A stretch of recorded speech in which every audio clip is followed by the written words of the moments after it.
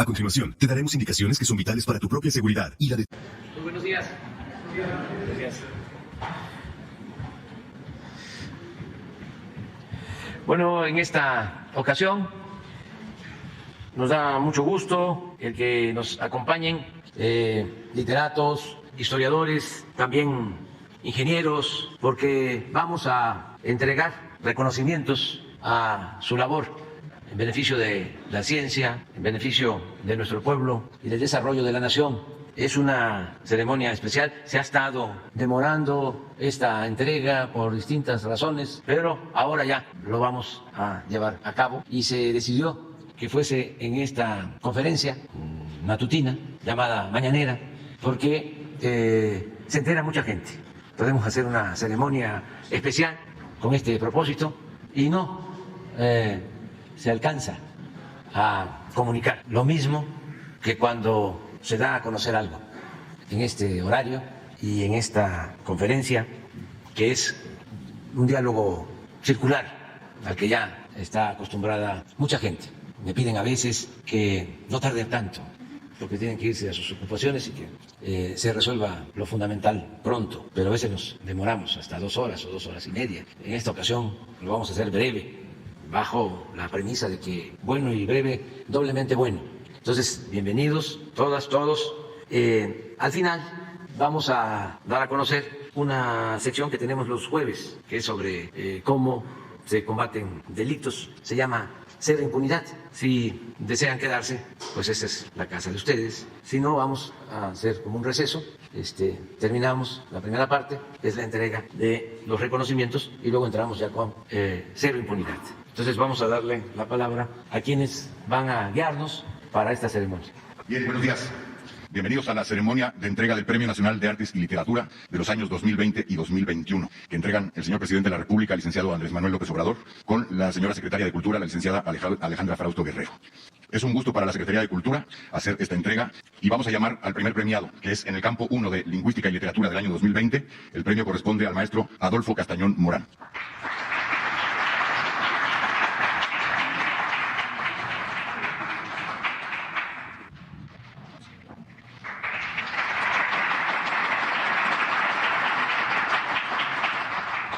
Muchas gracias, maestro. Gracias. Muchas gracias. Corresponde el premio en la disciplina de Bellas Artes del año 2020 al maestro Manuel de Jesús Hernández, Erzúa.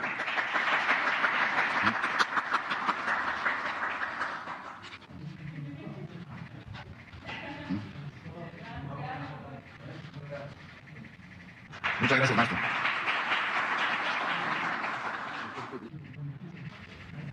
Gracias, maestro. En el campo 3 de Historia, Ciencias Sociales y Filosofía, el Premio Bellas Artes, el Premio Nacional de Artes y Literatura del 2020 corresponde al doctor Alfredo López Austin, que en paz descanse. Recibe en su nombre el premio la señora Marta Rosario Luján Pedruesa, viuda de López Austin. Muchas gracias.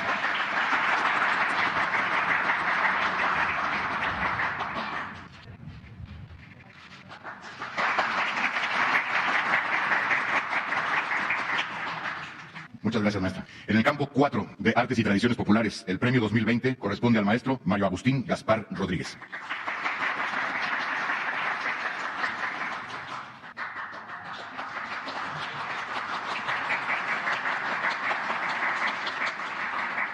Felicidades, maestro. Muchas gracias. Gracias.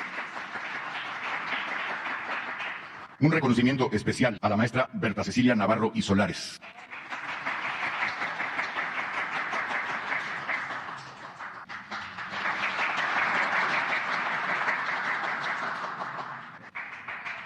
Felicidades, maestra, muchas gracias.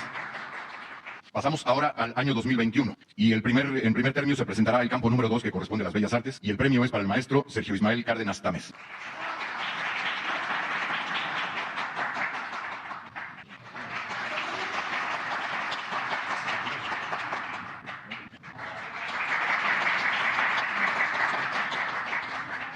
Gracias, maestro. Felicidades. En el campo 3 de la Historia, las Ciencias Sociales y la Filosofía del año 2021, el premio corresponde al doctor Fernando Alberto Lázaro Serrano Migallón.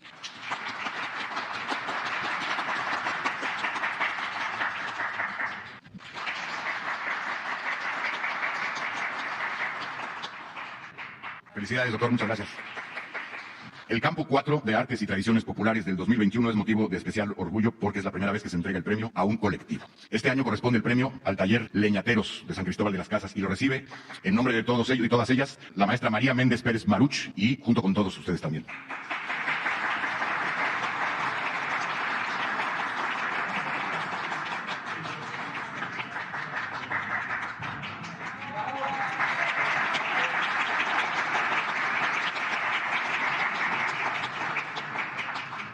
Conforman el taller Leñateros, la maestra Alicia Hernández Gómez, la maestra María López Hernández, la maestra Antonia Mochán Culej, la maestra Petrona Hernández Jiménez, la maestra Sebastiana Jiménez López, el maestro Miguel Gómez Pale y el maestro Javier Silverio Banderas Castillo. Felicidades y muchas gracias.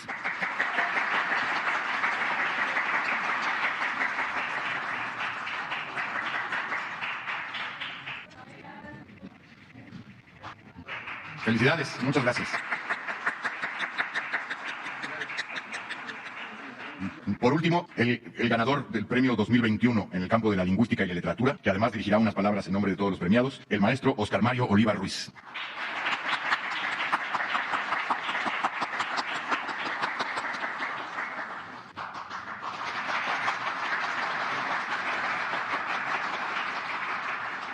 Que además dirigirá unas palabras en nombre de todos los premiados, el maestro Oscar Oliva. Adelante, maestro, por favor.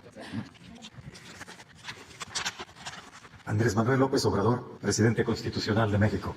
Amigas, amigos, para nosotros recibir hoy de manos del presidente de México, Andrés Manuel López Obrador, el Premio Nacional de Artes 2020, 2021, 2022, nos honra. Pensamos que la cultura y el arte en constante movimiento es la obra de todos los pueblos del planeta. Es el trabajo de toda la historia universal, la formidable exploración de lo más profundo del corazón humano, con las expresiones propias de cada época, región, cosmogonías, desde donde se abarcan las distintas maneras de apropiarnos la realidad, las múltiples realidades con todos nuestros sentidos. Las preguntas acerca de quiénes somos, de dónde venimos, hacia dónde vamos, qué universo habitamos, el arte y la ciencia se lo preguntan constantemente sin obtener respuesta. Surge una nueva pregunta y es el desafío que todos, todas enfrentamos a diario en cualquier trabajo que realicemos. Y en este desafío está toda la manifestación de nuestra alegría y esperanza. Preguntas hechas de tiempo, singulares, colectivas, en cualquier momento, peligroso o no, en el tiempo de los asesinos o en el tiempo del crecimiento de las montañas, de las flores más pequeñas. Al preguntar, repasamos el mundo, repensamos el mundo, efímero, como nosotros mismos, en el punto más extremo del espacio que habitemos. Como seres humanos, necesitamos renovarnos una y otra vez en nuestros trabajos diarios, totalmente integrados al proceso de transmisión de la cultura y el arte, con todo lo que representa este salto formidable de la ciencia y los medios electrónicos que estamos viviendo, con nuestra imaginación apegada a la más cruda realidad en el un no sé qué que queda balbuciendo de Juan de la Cruz o en el ángel terrible de Rainer María Rilke. Sabemos, como todos, que en este universo todo está relacionado con todo. El trabajo individual con el trabajo colectivo, la filosofía con la ciencia, la lucha por la verdad con la justicia, la poesía con la música, nuestros cuerpos con la arquitectura del cosmos, la mitología con la más descarnada realidad. Por eso, todas las mujeres y hombres necesitamos que nuestros países vivan en paz, sin guerras, sin niñas asesinadas, sin racismo, sin discriminación de ninguna clase, sin migrantes apaleados y muchas veces asesinados o muertos en accidentes provocados por el desprecio a sus vidas. Queremos que el yo épico de Walt Whitman, el tú de Paul Celan, el solo de flauta de Carrizo de Luis Hernández y las polifonías de las diversidades sean parte de la celebración de la vida. Gracias.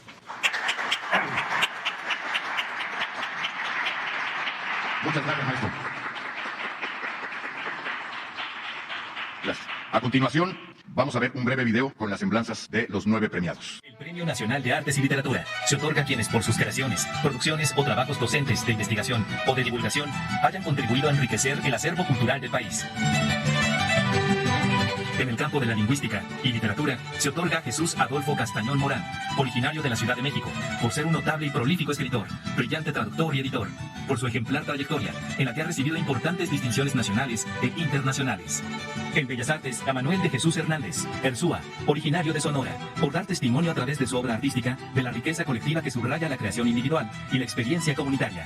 En Ciencias Sociales y Filosofía, a Alfredo Federico López Austin, originario de Chihuahua, por su contribución al conocimiento de la cultura mesoamericana, así como al respeto y valor del mundo indígena. Fue formador de varias generaciones, con las cuales compartió su sabiduría en forma desinteresada y bondadosa. En Artes y Tradiciones Populares, a Mario Agustín Gaspar Rodríguez, originario de Michoacán, por su trayectoria, conocimientos y manejo de las técnicas del arte tradicional del maque, perfilado en oro y escultura en pasta de caña de maíz, ramas artesanales en las que se ha destacado por salvaguardar procesos y materias primas. A Berta Cecilia Navarro y Solares, originaria de la Ciudad de México, por abrir el camino de las mujeres en la producción cinematográfica y por su destacada trayectoria cinematográfica y permanente compromiso con la cultura en México. En el campo de la lingüística y literatura, se otorga a Óscar Mario Oliva Ruiz, originario de Chiapas, por ser uno de los grandes poetas del siglo XX, autor comprometido, cercano a los pueblos originarios que le da voz al sur y a la protesta cívica.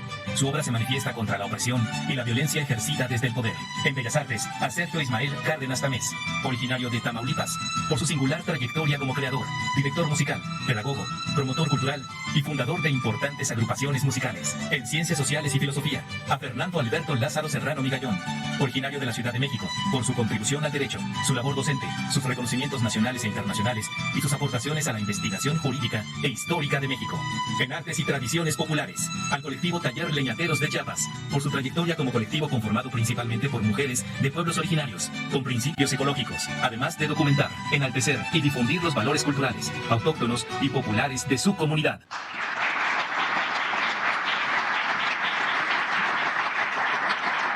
Felicidades a todas y a todos ellos. A continuación procederemos a la entrega de reconocimientos a las organizaciones fundadoras de la Unión Mexicana de Asociaciones de Ingenieros, para lo cual le pedimos al ingeniero José Alfonso Domínguez Gil que haga uso de la palabra, por favor.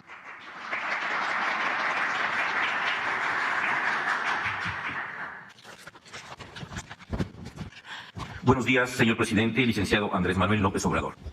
Buenos días a todas, buenos días a todos. Para la Unión Mexicana de Asociaciones de Ingenieros es un alto honor estar en esta ocasión con ustedes, sobre todo compartiendo este tiempo con ilustres miembros de las artes, de la cultura, de la literatura. La ingeniería, no dudo en que tiene mucho de arte, tiene mucho de cultura y tal vez de magia.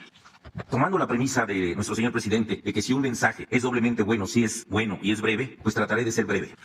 México no sería lo que es sin las aportaciones de la ingeniería. No puedo dejar de destacar que este año también se celebran los 130 años de existencia de la hoy Facultad de Ingeniería de la Universidad Nacional Autónoma de México. Fue la primera casa de las ciencias de América, de la cual se desprendieron todas las ingenierías. Desde su fundación como Real Seminario de Minería en 1792, ha formado casi 230 generaciones de profesionales comprometidos con resolver los grandes problemas técnicos de infraestructura y comunicación, así como transformar las ideas en acción. Felicidades a la UNAM y en especial a nuestra Facultad de Ingeniería. Hoy deseamos reconocer a 5 asociaciones, sociedades y colegios de ingenieros por ser no solo los más antiguos o dentro de los más antiguos del país y de América, sino porque su contribución al desarrollo ha sido inconmensurable. A la Sociedad Geológica Mexicana, que cumple 118 años de existencia, ya que existe desde 1904. A la Asociación Mexicana de Ingenieros Mecánicos y Electricistas, fundada hace 98 años, en 1924. Reconocemos al Colegio de Ingenieros Militares, Teniente de Ingenieros Juan de la Barrera, que nació en 1945, hace 77 años. Reconocemos también al Colegio de Ingenieros Mecánicos Electricistas, fundado también en 1945, cumpliendo orgullosamente 77 años de existencia. Finalmente, uno de los colegios más exitosos en la historia de nuestro México, cuya activa participación ha dejado huella en todo lo que toca, me refiero al Colegio de Ingenieros Civiles de México, fundado en 1946 y que cumple 76 años de aportar al crecimiento y desarrollo de nuestro país. Quiero agradecer al señor presidente, al licenciado Andrés Manuel López Obrador, esta deferencia que nos hace para hacer la entrega de estos reconocimientos, que sin duda son una muestra del apoyo a la ingeniería mexicana. Y asimismo, reiterar a usted que los ingenieros somos realizadores. Transformamos las ideas en acción y las acciones en obras, productos,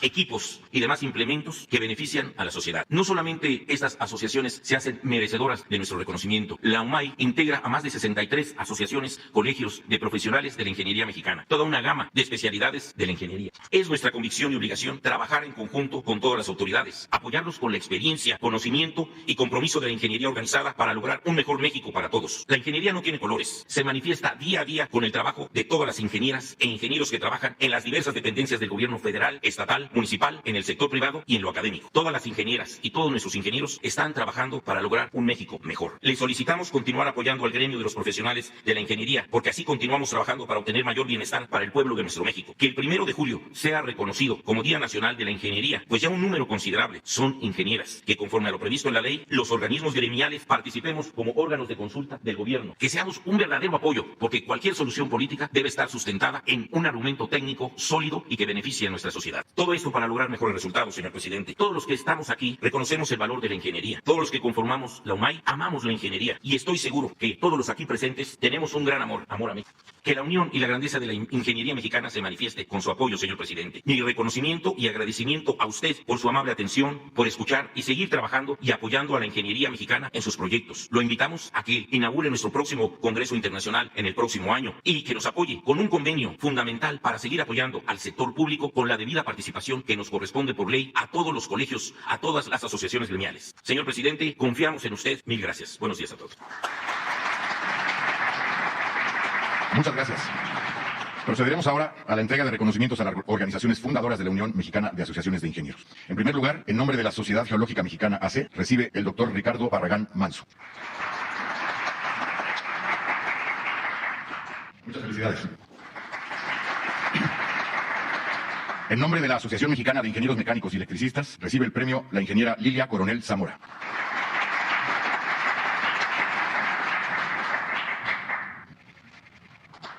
Muchas felicidades. Felicidades. En nombre del Colegio de Ingenieros Militares, Teniente de Ingenieros Juan de la Barrera, recibe el premio el Teniente Coronel Industrial Militar José Luis Galarza Portugués. Muchas felicidades.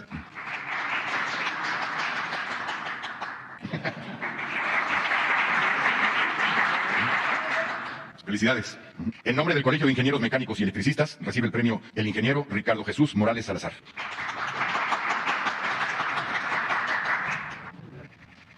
Felicidades. Y por último, en nombre del Colegio de Ingenieros Civiles de México, recibe el premio el ingeniero Jorge Serra Moreno.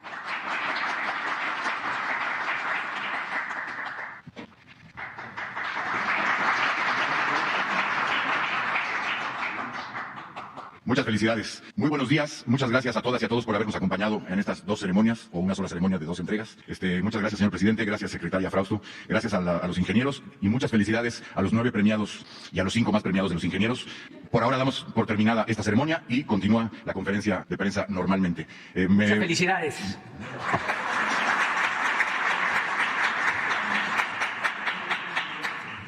También, si, como dijimos al principio, si se quieren quedar, nada más que lo que sigue es una realidad muy dolorosa y vamos mejor a declarar el receso, porque esto es muy bello y lo que vamos a ver después es nuestra amarga realidad que estamos enfrentando todos los días, para que no dejemos los mexicanos de ser felices.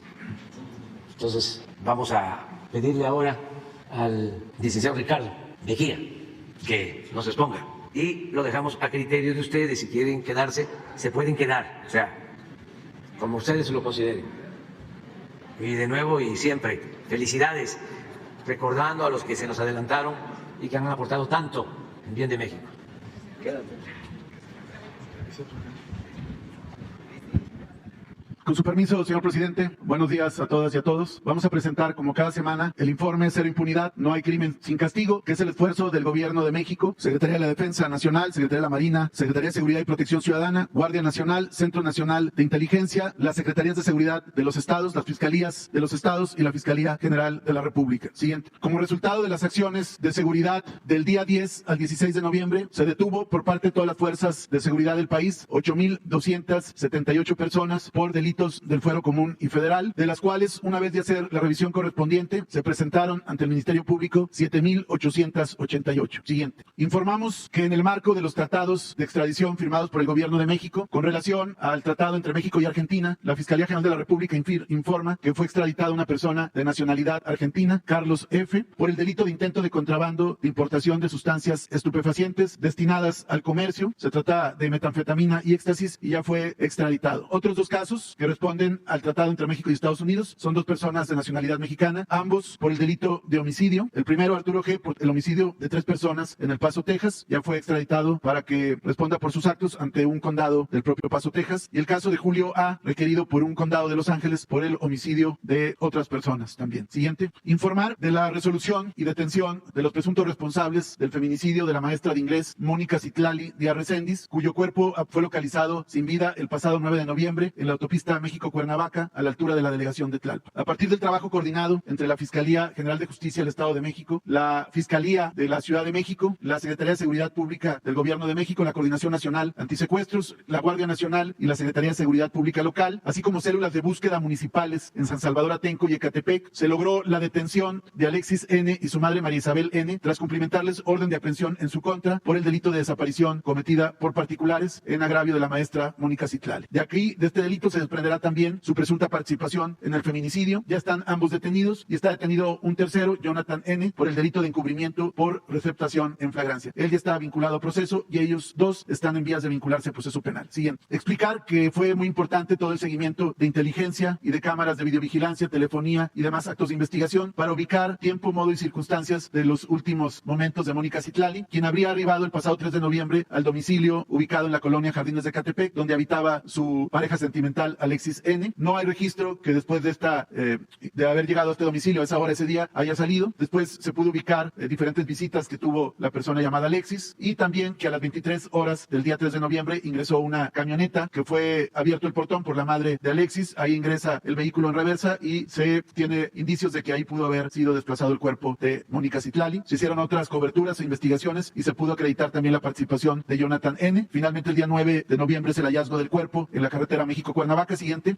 Y a partir de diferentes actos de investigación y cateos en el inmueble de Alexis, se pudo encontrar indicios positivos con prendas con manchas hemáticas y objetos que eran propiedad de la víctima, como unos lentes. Se hicieron inspecciones del lugar del hallazgo del cuerpo por parte de las instituciones que participaron. Se hicieron seguimientos financieros y a los movimientos de Alexis N., al que finalmente se lo localizó y se le detuvo en el municipio de Ecatepec. Nuestro reconocimiento a la Fiscalía del Estado de México, de la Ciudad de México y a CONACE por esta investigación y la detención de ambos sujetos, que suponemos que serán vinculados por el juez de control. Siguiente. También informar de la detención del posible responsable de desaparición de un menor en Quintana Roo. Esta fue una operación coordinada entre la Fiscalía de Quintana Roo y autoridades de Chiapas, que lograron la detención en San Cristóbal de las Casas de Marcos C., tras cumplimentarle orden de aprehensión por el delito de desaparición cometida por particulares en agravio de una menor de quien se desconoce su paradero. Esta persona desaparecida, esta menor, habría trabajado con el hoy detenido y la empleó para hacer labores de limpieza en un negocio que esta persona tenía en Isla Mujeres, y después de la última llegada a este negocio ya no se le localizó, y después de diferentes actos de investigación se logró determinar su presunta responsabilidad. Siguiente. También informar de la detención de presuntos responsables de desaparición y homicidio de menor en el Estado de México. Esta fue una actuación de la Fiscalía Local. A ambas personas que fueron detenidas se les vinculó por el delito de desaparición, y que se agrava también por haber ubicado el cuerpo del menor hijo de esta persona, quien había sido privado de la vida y fue encontrado en el domicilio. Aquí es importante destacar que en un primer momento la madre Dulce habría denunciado la desaparición del menor, pero después de realizar actos de investigación y revisar en la propia casa donde tiene su domicilio la hoy detenida, se encontró el cuerpo de la víctima, su hijo menor. Ambos ya están detenidos. Uno de ellos, ya detenido en el interior del penal, se privó de la vida en el Zahualcóyotl. La Fiscalía Local continúa investigando este caso también. Siguiente. Informar que tras buscar cumplimentar una orden de aprehensión, las fiscalías de Guanajuato y Quintana Roo y Querétaro, en contra de Manuel N., alias El Cermello, ordenado por el delito de homicidio calificado cometido en agravio de María Antonieta N., elementos de las fiscalías de Querétaro y Guanajuato se constituyeron en la colonia Ciudad del Sol, en Querétaro. Sin embargo, al ser detenido, este sujeto opuso resistencia, intentó agredir elementos de la fiscalía. Ya al repeler la agresión le ocasionaron lesiones a él y otra persona, que ocasionaron la pérdida de vida de Manuel N. Por estos hechos se abrió una carpeta de investigación y se llevaron a cabo también con posterioridad diversos cateos por mandato judicial, donde a personas involucradas en la organización criminal de este individuo se aseguraron drogas, dinero en efectivo, armas y vehículos. También una mujer vinculada, presuntamente relacionada con este grupo criminal. La relevancia del caso es que Emanuel N., alias El Cermeño, era considerado uno de los principales generadores de violencia en Guanajuato. Él formó parte de la organización delictiva Cártel Santa Rosa de Lima, cuyo cabeza es José Antonio N., alias El Marro, y después de haber generado una ruptura con esta organización delictiva, se habría sumado al Cártel Jalisco Nueva Generación, provocando diversos actos de violencia y de homicidios en esa región. Siguiente. También informar de la detención de un presunto violador y homicida de una bebé de 11 meses de edad en Guerrero, en Iguala, quien perdiera la vida a consecuencia de estos actos deleznables. Este sujeto ya fue detenido, ya fue vinculado a proceso y se espera una penalidad muy alta por los hechos cometidos por este sujeto. Siguiente. Como parte de los operativos permanentes que lleva a cabo la Secretaría de la Defensa Nacional y la Guardia Nacional, en el periodo comprendido periodo del 8 al 14 de noviembre del presente año, se logró la detención de 43 personas, el aseguramiento de diversas armas, equipo balístico, drogas y vehículos, destacando el caso de la detención en el poblado Nopal Manso de Tizapán el Alto en Jalisco de 20 personas, presuntos integrantes del cártel Jalisco Nueva Generación. Este grupo criminal agredió a su vez al ejército en un operativo que llevaban a cabo. Por tales hechos fueron sometidos, fueron detenidos y presentados ante la autoridad ministerial. Se les aseguraron 28 armas largas, 148 cargadores, 18 chalecos balísticos, 2 motocicletas, 4 vehículos y un inmueble, entre otros aspectos. Aquí es importante resaltar, siguiente, que en este despliegue que lleva a cabo el ejército, a partir del evento que hubo en febrero del presente año en San José de Gracia, donde fueron victimados diferentes personas, número indeterminado todavía, donde se aparentó una supuesta acto de fusilamiento. A partir de ese evento han habido detenciones de 76 generadores de violencia en la zona que comprende San José de Gracia, Santa María del Oro, Manzanilla de la Paz, Mazamitla y Tizapán el Alto, todos ellos vinculados a proceso, 2 de ellos autores materiales de los hechos de San José de Gracia. Siguiente. Esta es la zona delimitada donde fue el evento, se recordará que fue un velorio y a partir de ahí ha habido todas estas detenciones. Siguiente. También informar de la detención de Silvano N., alias Manoseca y el 25, que está identificado como presunto jefe regional del cártel Jalisco en los municipios de Florencia, Teúl, Tepetongo, Montescobedo y Fresnillo, Zacatecas, así como los municipios de Tequila, Colotlán y Huejúcar en Jalisco. Este sujeto, en una operación del ejército mexicano, se le aseguraron 2,000 pastillas de fentanilo y también un arma larga y un arma corta. Ya fue presentado ante el juez de control. Este sujeto, a su vez, fue en su tiempo integrante del cártel del Golfo. Siguiente. También informar de diferentes detenciones que daremos cuenta de manera más rápida. En Querobavi, Sonora, un detenido con 9 kilogramos de fentanilo y 110,000 pastillas. En Querobavi, donde hay un puesto de control permanente del ejército. En San Luis Río Colorado, un detenido con 2 armas largas. Siguiente. En Mexicali, 2 personas detenidas con más de $150,000 sin acreditar su legal procedencia. En Guaymas, Sonora, 5 detenidos con un arma larga, cargadores y cartuchos. Siguiente. En Cajeme, este es muy importante, fue detenido Martín Alberto N., alias El Monstruo, considerado uno de los principales generadores de violencia en Cajeme, Sonora, tras cumplimentarse orden de aprehensión por el delito de tentativa de homicidio calificado. Este sujeto es identificado como el autor material, es identificado como el autor material del homicidio de la regidora de Bacún, Verónica N., ocurrido el pasado 15 de junio, y se le considera parte del grupo delictivo de los Chapos Trinis, organización afín al Cártel del Pacífico. Se le cumplimentó ya la orden de aprehensión. En Tamazula, Durango, un agresor detenido con 309 kilogramos de cocaína. Siguiente. Diferentes detenciones en operativos en Guanajuato, Chihuahua y Estado de México, donde se detuvo, entre otros, a Sergio Gerardo N., quien es considerado uno de los principales traficantes de personas desde Turquía y países de Centro y Sudamérica hacia los Estados Unidos. En Tacámbaro, Michoacán, fueron 4 detenidos con 3 armas largas y 2 armas cortas. Siguiente. En Reynosa, Tamaulipas, una persona detenida con más de $85,000 sin acreditar su legal procedencia, cartuchos y un tractocamión. También fue detenida por diferentes delitos de asociación delictuosa, crimen organizado, secuestro contra la salud, tráfico de armas y homicidio. Paloma N., quien a su vez es esposa de Juan Antonio N., alias El Jaguar, líder delictivo del Cártel del Pacífico en las regiones de Chihuahua y Sinaloa, y quien ya está detenido también. Siguiente. También por parte de la Secretaría de la Marina, en diferentes acciones, fueron detenidas 11 personas en Colima, tras un operativo de búsqueda de personas que llevaba a cabo la Secretaría de la Marina con diferentes corporaciones. Fueron agredidos con disparos de armas de fuego, sin embargo fueron sometidos por las fuerzas del orden de seguridad y ya están detenidos y fueron presentados ante las autoridades. Entre ellos se encuentra Juan Gabriel N., alias El Tartas, presunto jefe de plaza del Cártel Independiente de Colima. Siguiente. Otras operaciones también por parte de la Marina en las alcaldías de Miguel Hidalgo, Cuauhtémoc, Ecatepec y Atizapán en el Estado de México. Detuvieron a diferentes sujetos vinculados a los delitos de secuestro, cobro de piso y narcomenudeo. 4 personas, 3 de ellas femeninas. Se realizaron diferentes cateos. Siguiente. Como parte de las operaciones en la mar para detectar el tráfico de sustancias ilícitas, fue detenido entre el 9 y 10 de noviembre un buque camaronero que llevaba en sus bodegas un cargamento de metanfetaminas, 10 toneladas de metanfetamina. Sin embargo, al verse ya detenidos, sumergieron la embarcación. Una vez que se hicieron las recopilación de los materiales, se pudieron rescatar 440 kilogramos y 2 embarcaciones cercanas, también en Mazatlán, Sinaloa, fueron aseguradas y llevaban en su poder 10,600 litros de combustible. Ya fueron puestos a disposición del Ministerio Público Federal junto con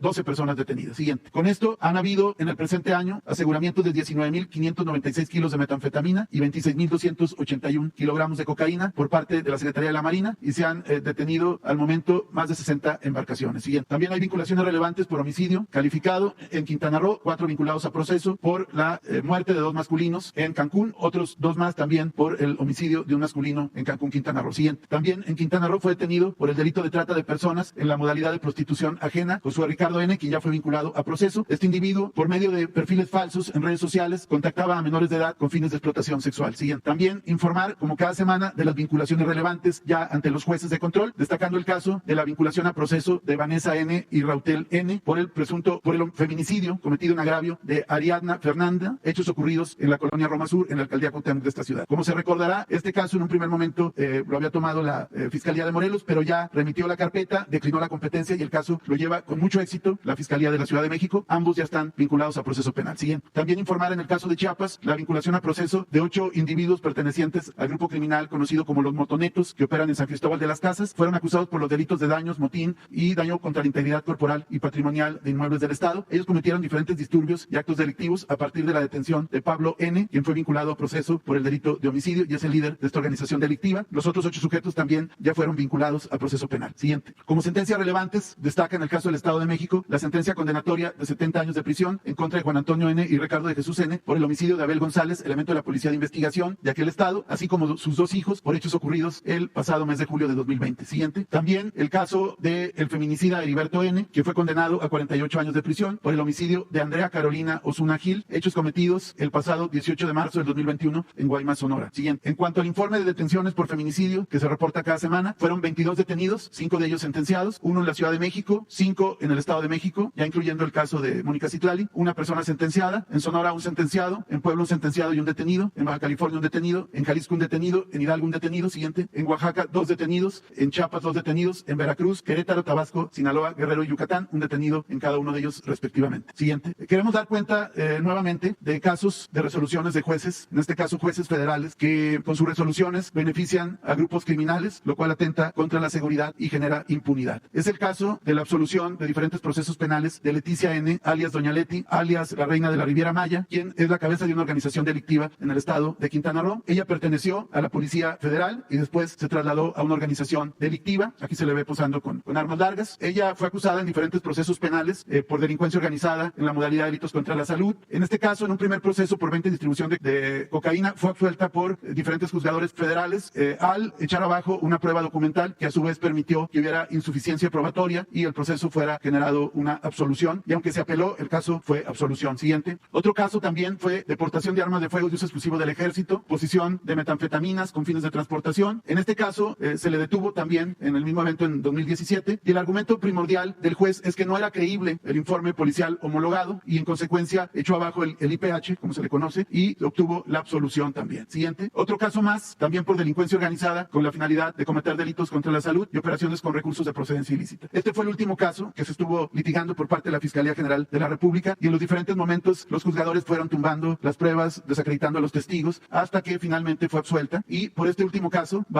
se genera ya una denuncia en contra de la Administración de Justicia y también una queja ante el Consejo de la Judicatura. Siguiente. Otro caso más es también la absolución de Mario Alberto C., alias El Betito, sobrino del líder criminal, ex líder del Cártel del Golfo, Osiel Cárdenas, quien se encuentra extraditado. Esta persona fue detenida en portación de armas de fuego y drogas. Sin embargo, para el juez existía duda razonable sobre que él hubiera portado esa arma y esa droga. Lo absolvió, ya se recurrió el asunto, pero el sujeto recupera por lo pronto la libertad. También por este hecho se presenta denuncia penal y queja ante el Consejo de la Judicatura. Siguiente.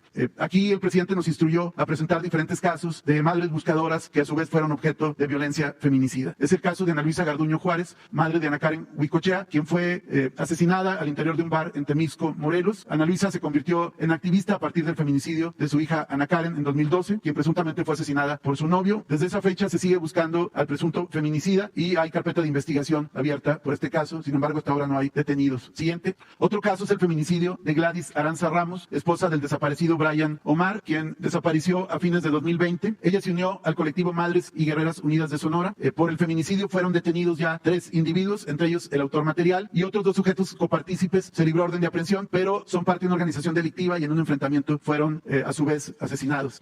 Ya hay proceso penal, hay detenciones y ese es el estatus del caso de Gladys Aranza, que ya está detenido el autor material y vinculado a proceso. Siguiente. En el caso de Blanca Esmeralda Gallardo, que ya habíamos expuesto, pero que volvemos a recapitular, ella fue privada de la vida en octubre del presente año. Ya se logró detener a 2 sujetos como presuntos responsables, Christopher N. e Ismael N., y ya están vinculados a proceso penal por el delito de feminicidio. En el caso de su hija Betsabe Alvarado, ella continúa como desaparecida, aunque ya existe una persona detenida por el delito de desaparición cometida por particulares en agravio de Betsabe. Siguiente. Y están otros 2 casos, uno en la Cruz de Lota, en Sinaloa, donde fue asesinada Rosario Lilian Rodríguez Barrera, también madre buscadora, y el caso de Abasolo, Guanajuato, de María del Carmen Vázquez, también madre buscadora, víctima de feminicidio. Las investigaciones continúan en ambos casos y le daremos el seguimiento e informaremos respectivamente. Siguiente. Por último, en el caso de las acciones que se llevan a cabo para detener a quienes asesinaron en el presente año a periodistas, informar que el cabo 20, presunto autor intelectual del homicidio del periodista Margarito Martínez, asesinado el pasado 17 de enero, este sujeto se le cumplimentó una orden de aprehensión ya por el delito de homicidio. Él estaba arraigado, a su vez, en lo que se integraba integraban todos los elementos materiales del delito. Él había sido detenido o fue detenido en Apodaca, Nuevo León, el pasado 24 de agosto y ya ahora se le cumplimentó la orden de aprehensión por homicidio calificado con ventaja y también está como copartícipe en calidad de autor intelectual en el caso del homicidio de Margarito Martínez. Siguiente. Y como cada semana, este es el estatus de las detenciones: 32 detenidos, 22 vinculados y ya 3 sentencias condenatorias. Se continúa con las investigaciones y con los actos de persecución criminal. Vámonos.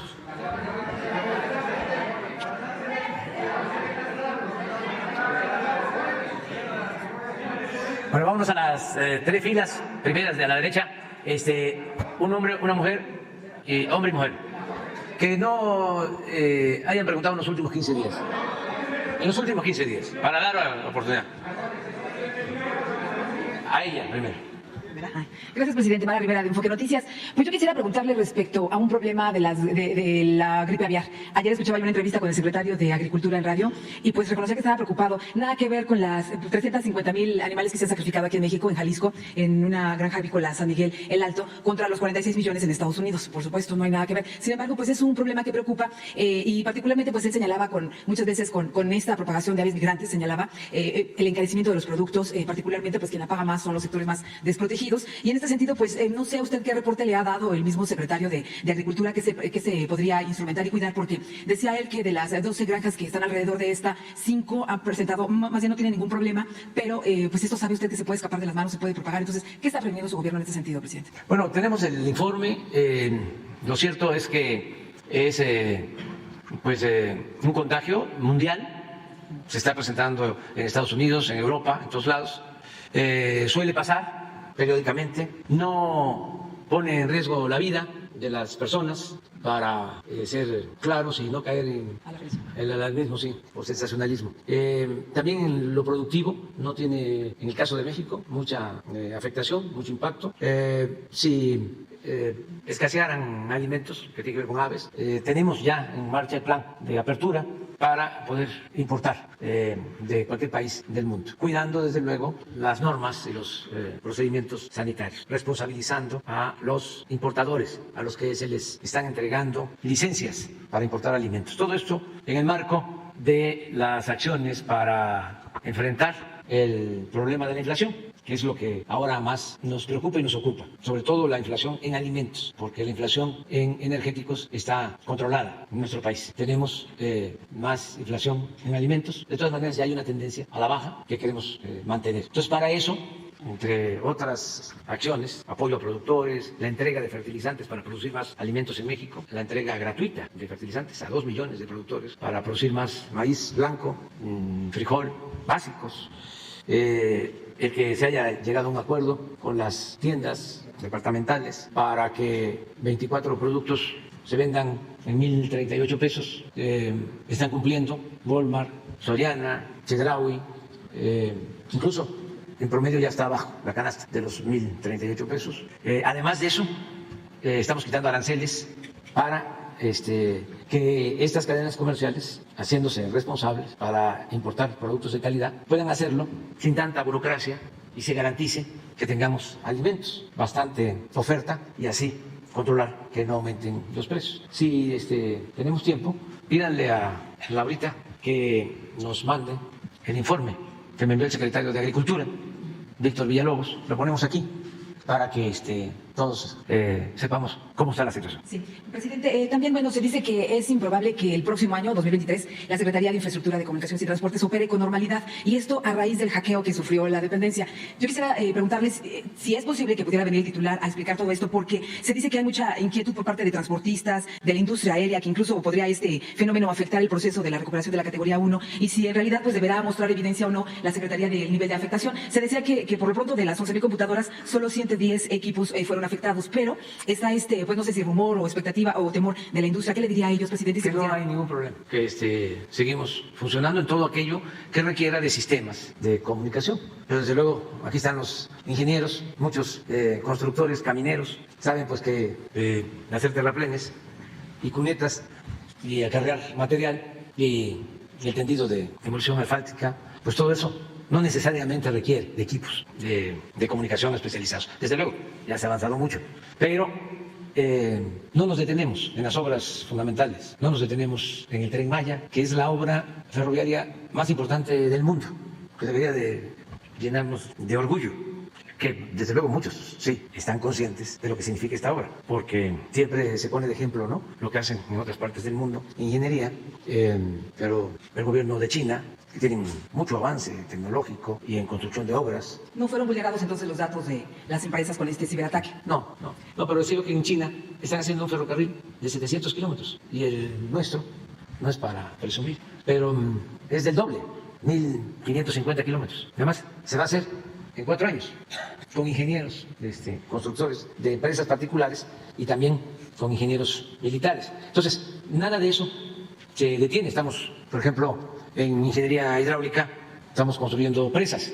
En Sinaloa, en Jalisco, estamos construyendo canales para regar 100.000 hectáreas. En Sinaloa, en Sonora, en Nayarit, estamos construyendo acueductos en 10, 15 estados. Y en la aviación, que es donde, por ejemplo, podría necesitarse más, ¿no?, toda la comunicación electrónica y un hackeo podría afectar, no hemos tenido ningún problema.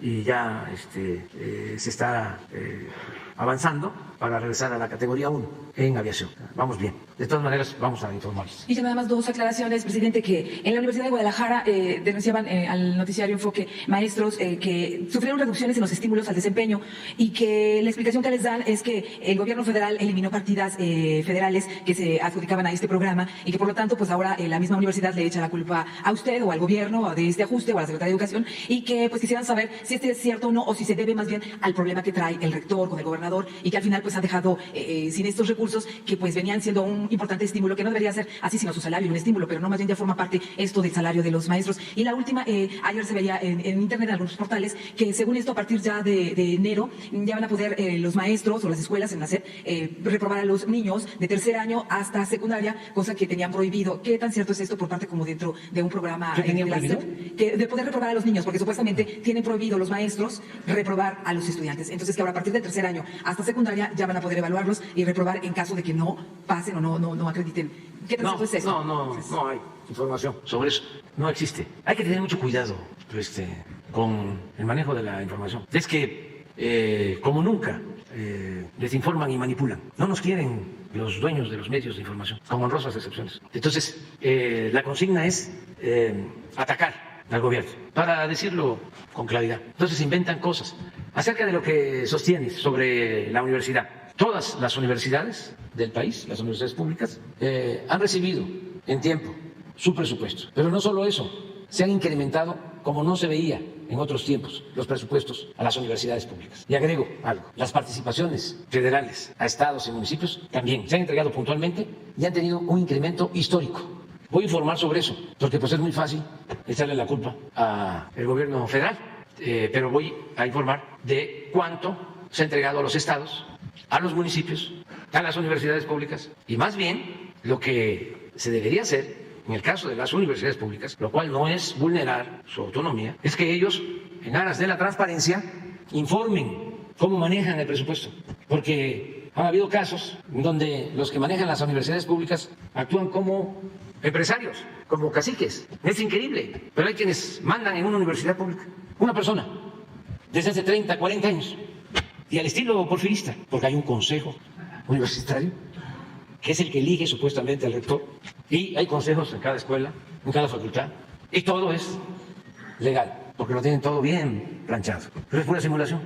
Entonces, sí hace falta más transparencia, y hay que seguir insistiendo, porque es dinero público, es dinero del pueblo. El presupuesto no es dinero del gobierno, es dinero del pueblo, y es bendito. Entonces, comentarte eso, ¿no? De que sí voy a informar sobre las participaciones. Sí, ya, pero ya estaba. Sí. No tiene el informe, ponlo de una vez para terminar con la conversación. Miren,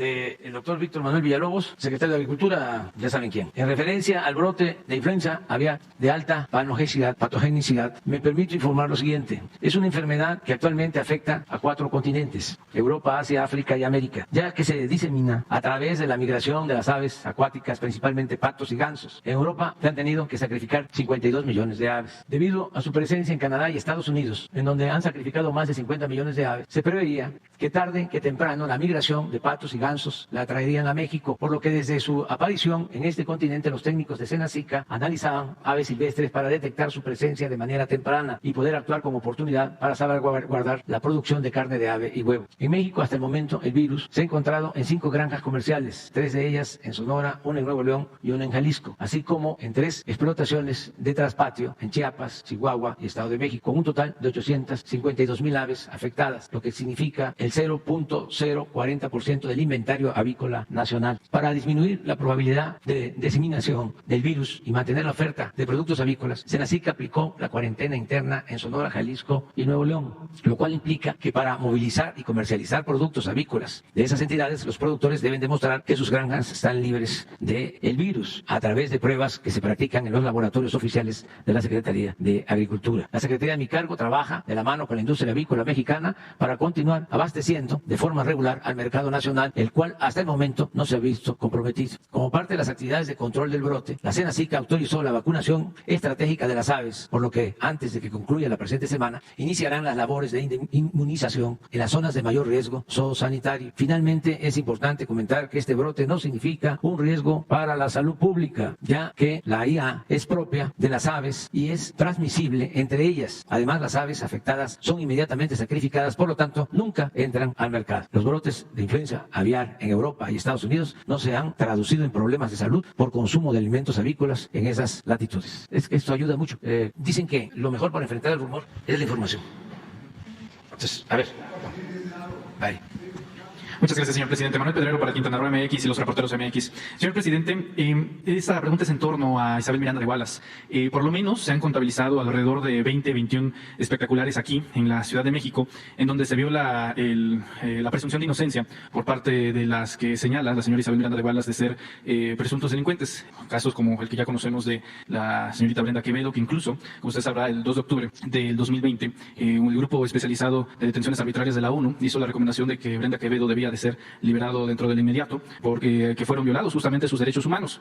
También en el Congreso de la Ciudad de México se ha hecho un exhorto justamente para que las alcaldías, para que estos espectaculares ya no sigan, porque no es una práctica reciente por parte de la señora Isabel Miranda de Wallace. Esto viene desde febrero de 2006, cuando entonces era el Distrito Federal, y hasta el día de hoy sigue siendo una práctica permanente justamente para violar los derechos humanos de las personas que ella señala, señor presidente. Preguntarle si se puede hacer algo desde el gobierno federal o en su defecto su opinión para saber de qué manera se puede, número uno, atender esta recomendación de las organizaciones de las Naciones Unidas, y en un segundo aspecto sobre este exhorto que hacen en el Congreso de la Ciudad de México para que ya no se viole la presunción de inocencia a través de estos espectaculares, que además viola también parte de las leyes de la Ciudad de México. Bueno, Ricardo, ¿tú conoces el caso de Brenda?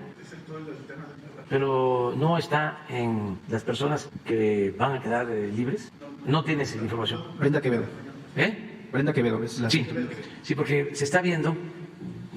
El martes próximo va a estar aquí la Secretaria de Seguridad con ustedes y les va a informar sobre todos estos casos en donde hay recomendaciones de que se libere a personas que están injustamente en la cárcel o que padecieron de tortura y ya se comprobó de que son inocentes o no tienen por qué estar en la cárcel. El martes vamos a dar a conocer esto. Lo demás que planteas es un asunto que vamos a pedir a la Consejería Jurídica nuestra que lo atienda. Y que también pueda verlo la Subsecretaría de Gobernación de Derechos Humanos. Y aquí informamos, ¿no?, sobre lo que nos estás planteando. Muy bien. Gracias, señor presidente. En una segunda pregunta, el día de ayer un presidente de la Suprema Corte de Justicia de la Nación, Arturo Saldívar, comentó que por lo menos hay 7 ministros que están alzando la mano para sucederlo. Así como usted ha planteado aquí en torno a la sucesión presidencial en el Ejecutivo Federal, ya ha nombrado varias corcholatas, preguntarle si usted tiene alguna en el ámbito del Poder Judicial, en la Suprema Corte de Justicia de la Nación, ya que en breve el presidente ministro ya va a salir. Sí tengo una, pero imaginaria. Tengo un perfil. Quiero que sea una persona honesta, que aplique el Estado de Derecho con dimensión social y que tomen siempre en consideración, más que lo particular en cuanto a intereses empresariales, el interés público, el interés de los mexicanos. Y que no haya violación a derechos humanos, que no haya corrupción, que no haya amiguismo, influyentismo al interior del Poder Judicial, que no se deje en libertad a quienes tienen mucho poder porque pertenecen a la delincuencia organizada o a la delincuencia de cuello blanco. Entonces, así me gustaría que fuese la nueva presidenta o el nuevo presidente. ¿Existe ese perfil después, presidente? ¿Existe ese perfil después de la salida sí, de Samuel? ¿Sí hay? ¿Cómo no? Sí. Afortunadamente, no todo está mal en el Poder Judicial, ni en el Ejecutivo, ni en el Legislativo, ni en el país. Al contrario, en México tenemos muchos valores. Yo creo que la principal riqueza de México es la honestidad de su pueblo. No han podido los corruptos con eso. ¿Y por qué no han podido? Corromperlo todo. Y lo han intentado con esmero, haciendo ver que se puede triunfar a toda costa, sin escrúpulos morales de ninguna índole, y que el que no tranza no avanza, y que la moral es un árbol que da moras y que sirve para pura nada.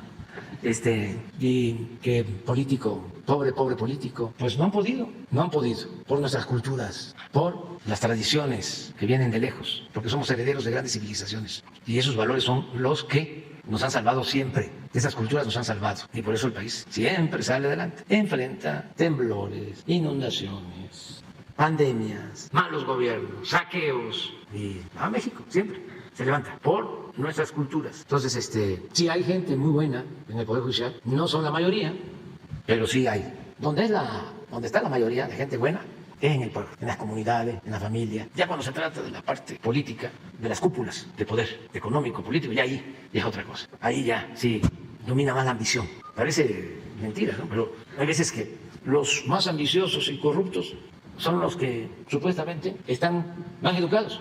Y puede ser, porque una cosa es la educación y otra cosa es la cultura. La novela esta de Puzo, El Padrino, habla de que el padrino, uno de sus hijos, estudiaba en una universidad del extranjero. Imagínense los que han ido a estudiar a universidades famosas del extranjero y que han llegado a ser presidentes. Lo que han hecho, decía un jefe de Estado, a ver si lo conseguimos, el dato, de que para dominar a México, un jefe de Estado del gobierno estadounidense. Esto es bueno para los jóvenes, porque esto estoy seguro que los jóvenes... El embajador de los Estados Unidos. No lo saben, no. Creo que era un jefe de Estado. Jefe del Departamento de Estado. Sí, fíjense lo que decía, lo que le recomendaba, creo que a un presidente, ¿no? O a alguien también, de que no hacía falta intervenir con las armas al país para dominarnos. ¿Sí lo tiene? A ver, ¿de qué año es? El 20. Pero es buenísimo. Sí, es la carta del exsecretario de Estado, Robert Lance, dirigida a William Rudolph Hearst, en relación a la campaña de su cadena de periódicos. Así es el dueño de los periódicos, ¿no? Que era muy poderoso, para poner en la presidencia de México a un estadounidense y terminar con la Revolución Mexicana, que amenazaba los intereses de las grandes corporaciones norteamericanas, principalmente petroleras. Fíjense lo que decía. México es un país extraordinariamente fácil de dominar, porque basta con controlar a un solo hombre, el presidente. A ver, no, espérate, es que lo que viene es lo mejor. Sí, esto, ¿no? Tenemos que abandonar la idea de poner en la presidencia mexicana a un ciudadano norteamericano, ya que eso conduciría otra vez a la guerra. La solución necesita de más tiempo. Eso es en los años 20 del siglo pasado. Qué profético. Debemos abrirle a los jóvenes mexicanos ambiciosos las puertas de nuestras universidades y hacer el esfuerzo de educarlos en el modo de vida americano, en nuestros valores y en el respeto del liderazgo de Estados Unidos. México necesitará administradores competentes y con el tiempo esos jóvenes llegarán a ocupar cargos importantes y eventualmente se adueñarán de la misma presidencia, y sin necesidad de que Estados Unidos gaste un centavo o dispare un tiro, harán lo que queramos y lo harán mejor y más radicalmente que lo que nosotros mismos podríamos haberlo hecho. Es buenísima la cita. ¿La conocían ustedes? No todos. Por eso la mañanera es la mañanera, que esto pues no lo van a escuchar ni lo van a ver en la telera. Una compañera, a ver, espérate, pero tú ya preguntaste, ¿no? ¿Tú preguntaste hace 15 días para acá? ¿No? Ahí, entonces. Bueno. Buenos días, presidente. Norma Ramírez, del Diario del Istmo y periódico Imagen de Veracruz. Mi primera pregunta, en las preguntas serían: su administración quería ampliar la producción de gasolinas en el complejo petroquímico de Cangrejeras Coatzacoalcos, el cual daría gasolinas de alto octanaje. Ya se analizó una suspensión al Sistema Nacional de Refinación en el complejo petroquímico La Cangrejera en Coatzacoalcos. La Secretaría de Energía dio a conocer que el grupo de técnicos de petróleos mexicanos y de la Secretaría de Energía estudian el proyecto a fin de valorar qué tanto petróleo como las corrientes internas nacionales sean las que se puedan procesar para obtener gasolina de alto octanaje a nuestro país. Mis preguntas son, presidente, hasta el momento, ¿cuál es el avance que se ha tenido? ¿Sería factible poner una planta? ¿Y cuánto se ha invertido en este proyecto? Sí, miren, así, en general. Se están rehabilitando las 6 refinerías que teníamos. Debemos de haber dispuesto de presupuesto para la modernización de las 6 refinerías hasta ahora alrededor de 40,000 millones de pesos. Las 6 refinerías. Esto es Salina Cruz, Minatitlán, Tula, Salamanca, Madero y Cadereyta. Como 45,000 millones.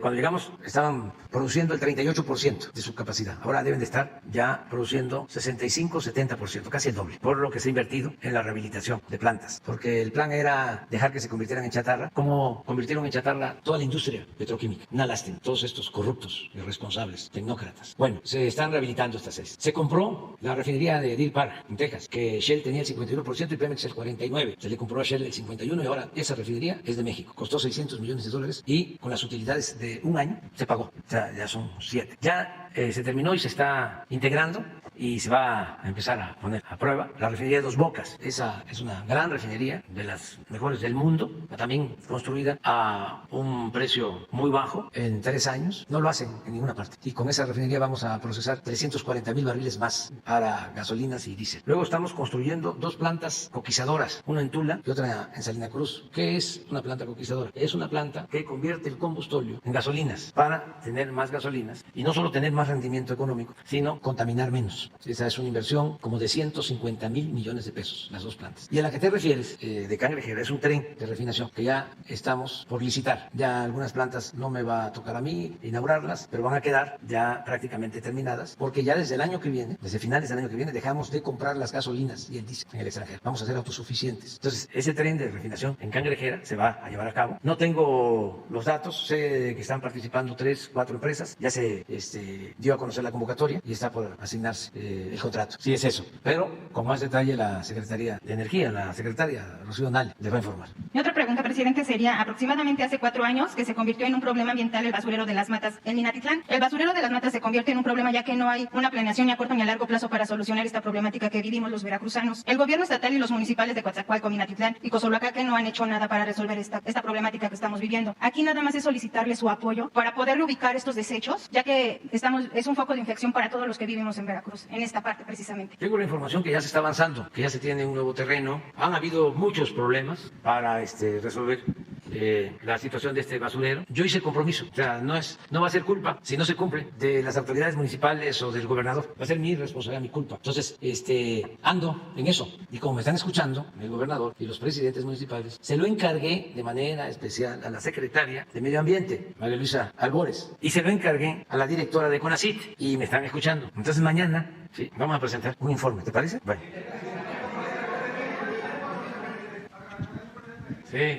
Gracias, presidente. Buenos días a los que nos ven y nos escuchen y a los señores aquí presentes. Soy Marco Antonio Olvera del canal México News World y del periódico local en Hidalgo News. Presidente, tengo un tema, 3 temas. Me gustaría retomar el tema de la Corte, el Instituto Nacional Electoral, que obviamente no debemos dejar de hablar e informar para la transformación de este instituto y, por supuesto, la Fiscalía. En primer término, presidente, hace poco más de un año, en octubre del 2021, en el municipio de Izmiquilpan, en el estado de Hidalgo, con el apoyo de la Guardia Nacional, fueron detenidos 10 integrantes de una poderosa célula criminal que venía azotando gravemente en los municipios de Izmiquilpan, Tasquillo, Huichapan, Zimapán, Tecozautla, municipios del Valle de Mezquital, en el estado, por supuesto. A los detenidos se les incautó celulares, drogas, armas largas y vehículos. Y es precisamente en una camioneta Kia Sorento donde se encontró un arma muy particular, un fusil de alto nivel, un M16A4 calibre 5.56 con matrícula 20099871 con la leyenda propiedad del gobierno de los Estados Unidos, USA Army. Hace un año usted ordenó que se iniciara una investigación sobre este tema. Esto yo se lo propuse, o más bien lo expuse hace un año, y pues obviamente debió la Fiscalía General de la República, encabezada por el doctor Alejandro Gertz Manero, pues que pareciera que pues está como un florero, presidente, porque hay varios temas que aquejan al país, hay temas en los que salen delincuentes de cuello blanco, hay gente del gobierno anterior o gobiernos anteriores que han salido, se llevan el dinero del país y después aparecen paseándose por lugares de Europa y pareciera que la Fiscalía no actúa o sigue dormida o sigue como un elefante reumático, como usted lo expresó hace pues casi prácticamente 4 años, cuando yo le pregunté cómo había encontrado el gobierno que hoy usted viene en cabeza. Presidente, yo no sé qué ha pasado con esta investigación, sé que no es su facultad presionar al fiscal para averiguar este tema, pero pudiera participar, por supuesto, la Sedena, la Secretaría de Marina, para saber cómo entró y por qué entró y quiénes trajeron esa arma, que además mató a inocentes en mi estado, y que además también el exgobernador hoy, el exgobernador Omar Fayad, pues ocultó información y pareciera que la vida de los mexicanos pues vale nada. ¿Qué opinión le merece esto, presidente? Y si la Sedena o la Marina pueden retomar este caso, ya que la Fiscalía, pues le vuelvo a decir, pues está céfala. Bueno, ¿qué te parece si informamos el martes sobre este asunto? Vamos a recabar la información, vamos a ver cómo está la investigación, qué se tiene, si hay detenidos y si se presentó alguna denuncia al gobierno de Estados Unidos a través de su embajada. Informamos aquí el martes, ¿qué te parece? Sí, presidente, sobre todo que ahora el canciller pues está con una demanda ante el gobierno norteamericano con las armerías que venden, pues válgase la redundancia, armas como si vendieran maíz o como si vendieran cualquier animal de corral para México, ¿no? Sí, el martes. Ok, presidente. Hay respuesta. Gracias. Y con respecto a y a ver, que mañana esté María Luisa Albores, sí, pero que vengan y que nos los explique, y María Elena, sí. Y con respecto al INE, presidente, pues obviamente el 27 de este mes, pues usted encabezará la marcha, ayer lo anunció, y bueno, cientos de migrantes que viven en los Estados Unidos y que tienen documentos de manera legal, pues asistirán a acompañarle para que esto pues siga adelante, sobre todo porque ellos han sido los más afectados, porque no ha habido una coordinación de la Cancillería que encabeza Marcelo Ebrard y por supuesto Lorenzo Córdoba, presidente consejero del INE, en el sentido de que no logran tener sus credenciales para votar, por ellos están a favor de que haya el voto electrónico, porque eso beneficiaría mucho. Y bueno, haciendo un recuento del INE, pues presidente, ¿cuánto cuesta el voto en el mundo? Voy a tardar un poquito, pero yo creo que es muy necesario hacerlo enfático. En Brasil, por cada voto emitido por cada persona cuesta $12.73. Una campaña cuesta $1.920 millones y la población que asiste a votar son 150 millones de personas. En México, en el 2012, a los que pagamos impuestos, nos cuesta $25 por voto. La campaña fue de $1.923 millones para una población de 76 millones de personas. En Francia, cada voto cuesta $1.88. La campaña para elección presidencial, $97 millones, con una población de 52 millones de personas. En los Estados Unidos, la más barata, $11.67, con una campaña de $2.657 millones y con una población de 227 millones de personas. En tanto, en Rusia, $0.44, con una campaña de $48 millones y con una población de 113 millones de dólares. En ese sentido, presidente, hay un grave problema con los institutos electorales de los 31 estados, hoy 32 con la capital de la República, porque, sin exagerar, el Instituto Estatal del Estado de Oaxaca, pues pareciera que la cuestión de democracia pues no existe para los migrantes, porque dentro de sus estatutos, el Instituto Electoral de Oaxaca le prohíbe rotundamente a los migrantes que voten y que sean votados por el simple hecho de que no viven en sus comunidades. Esos migrantes que hoy están fuera del país se fueron por necesidad y tienen la más información necesaria de cómo están sus comunidades, qué padecen sus comunidades, qué requieren sus comunidades, qué enfermedades padecen y toda la corrupción que se maneja de estos institutos, presidente. Y ahí yo creo que si va a haber una reforma a la cuestión electoral, sí sería necesario que desaparezcan los institutos electorales del interior de la República, los 31, ya que ahí se fraguan los fraudes, tanto en municipios como en los estados. Y aquí es reprobable rotundamente que esta gente, los migrantes, pues no puedan participar. Yo no sé qué opinión le merece, porque pareciera que los migrantes, el hecho de que se hayan ido, pues ya dejan de ser mexicanos, sino porque ellos son más patriotas que nunca cuando están fuera de nuestro país. Y en ese sentido, presidente, me di un recorrido por ahí, por Oaxaca de León y Zapotitlán, Palmas, Oaxaca, que por cierto le dicen que ojalá pudiera usted asistir, porque no ha ido en 4 años de su gobierno. Usted viaja mucho a Oaxaca y por supuesto pues son habitantes que usted lo sabe, pues hablan el mixteco y también se encuentran pues con muchas carencias aún, presidente. Y en ese sentido también le piden, sé que no es su facultad, porque usted es el jefe del Ejecutivo, le pide que intervengan las autoridades correspondientes, porque el expresidente Artemio Cruz Martínez, junto con su síndico Daniel López Soriano, desviaron 10 millones de pesos en facturas falsas, inflaron costos de obras y demás ilícitos, atropellando por supuesto a sus gobernados, que en gran parte son personas de origen indígena. Entonces, pues yo no sé cuál es su reflexión, presidente, con el tema de los institutos electorales del interior de la República. Como le vuelvo a reiterar, pues ahí se fraguan muchos fraudes con respecto a alcaldías e incluso a las gubernaturas. Sí, pues vamos a seguir insistiendo en que se apruebe la reforma electoral, que contempla lo que tú estás exponiendo, el que no se gaste mucho, el que no haya diputados plurinominales, que solo haya diputados electos de manera directa por los ciudadanos, que en vez de 500 diputados sean 300, que se pueda aplicar el voto electrónico, que se garantice que voten todos los mexicanos que trabajan, viven en el extranjero, que haya un solo organismo nacional electoral para que haya ahorros, porque no solo son los 25,000 millones de pesos que se destinan al INE nacional, sino que hay además 32 órganos, uno por estado, que hacen lo mismo. Estamos planteando también que no sean los partidos los que elijan a los consejeros, a los magistrados electorales, sino que sea la gente, el pueblo, en elecciones abiertas, libres. Nada más que hay mucha desinformación en esto, mucha desinformación, al grado de que los que supuestamente están más informados tienen hasta carteles en sus casas. El INE no se toca. Pero en fin, porque no es que defiendan al INE, lo que quieren es seguir teniendo un instrumento que les permita hacer fraudes electorales para conservar los privilegios de la oligarquía conservadora y corrupta que ha dominado México durante mucho tiempo. Ese es el fondo del asunto. Y como esa oligarquía conservadora, corrupta, racista, clasista, tiene también el control de todos los medios de información, pues manipulan. Porque, como decía Goebbels, el propagandista de Hitler, una mentira que se repite muchas veces puede convertirse en verdad. Entonces hay todo ese movimiento de desinformación. Les debería dar pena de que participen en algo que no corresponde a lo que ellos piensan. Si están buscando defender la democracia, pues marchar en contra de una reforma para que sea el pueblo el que elija libremente a sus autoridades, pues es hacer exactamente lo opuesto, es apoyar a la antidemocracia. Tan es así que por eso participa el Bester Gordillo, y Roberto Madrazo, y Vicente Fox, y Chong, y puras finísimas personas, todos vinculados con fraudes electorales, puros mapaches electorales, pero además confesos. Fox lo presume, que él participó en el fraude del 2006 para que yo no llegara a la presidencia, porque yo era un peligro para México. Acaba de decir hace poco que está arrepentido de no haber continuado con el desafuero que me tenía en un puño, como la paloma. ¿Qué quieres? ¿Que viva o que muera? Así. Entonces, vamos a seguir. Porque cuando se lucha por una causa justa, uno debe ser perseverante y no rendirse, incluso hasta siendo pocos, cuando la causa es justa. Así lo hicimos durante mucho tiempo. Éramos minoría, pero como la causa valía la pena, porque era establecer una auténtica democracia y acabar con la simulación antidemocrática que imperaba, pues luchamos y luchamos y luchamos y nos dieron un fraude y muchos se desilusionaron, otros siguieron y fuimos la segunda vez y de nuevo fraude. La primera, descarada, porque rellenaron las urnas, falsificaron las actas, no quisieron que se contaran los votos. Todos esos intelectuales orgánicos que marcharon avalaron el fraude. Supuestamente, la diferencia fue de 0.5, 2 votos por casilla. Y se pedía que se contara, no quisieron. Y hay pruebas, pero muchísimas. El mismo Fox diciendo, claro que participé, claro que cargué los dados.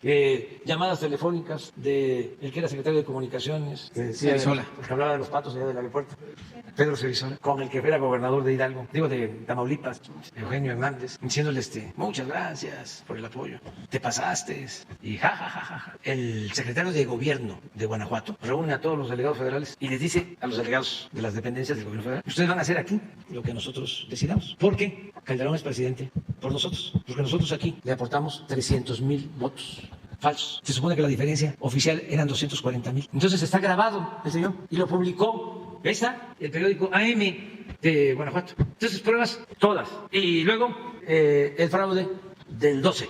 Ahí fue dinero. Las tarjetas. ¿Y cuál fue la decisión de las autoridades electorales ante nuestras impugnaciones? Que el candidato Peña no había rebasado los topes de campaña. Que los que habíamos rebasado los topes de campaña éramos nosotros. Nosotros nos acusamos. Luego viene el escándalo de Odebrecht, por el que está en la cárcel, el que era director de Pemex. Y aparece, además, están las pruebas de que utilizaron dinero para la campaña del entonces candidato a la presidencia del PRI. Entonces son los mismos que se oponen porque no dejan de soñar en que van a regresar por sus fueros y que pues con dinero, con los medios y con el órgano electoral pueden hacer un fraude y volverse a imponer.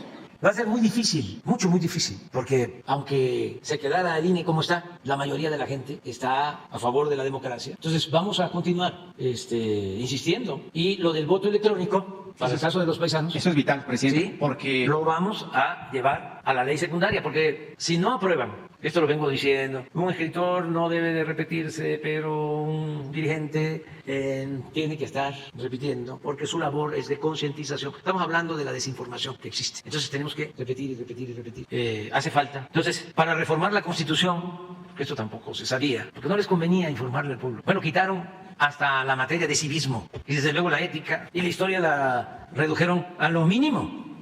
Ya no aparecía Hidalgo, ya no aparecía Morelos. A Juárez hasta lo sacaron de Los Pinos. Y si la historia es la maestra de la vida y si no sabemos de dónde venimos, si es un gran orgullo nuestra historia. Es un país con una historia que ya quisieran otros. Díganme en qué país del mundo, o cuáles son los países del mundo, en donde tienen a un Hidalgo, en donde tienen a un Morelos, en donde tienen a un Juárez, en donde tienen a un Madero, en donde tienen a un Zapata, en donde tienen a un Villa, en donde tienen a un Ricardo Flores Magón, en donde tienen a un Lázaro Cárdenas. ¿Dónde? Pues era el fin de la historia.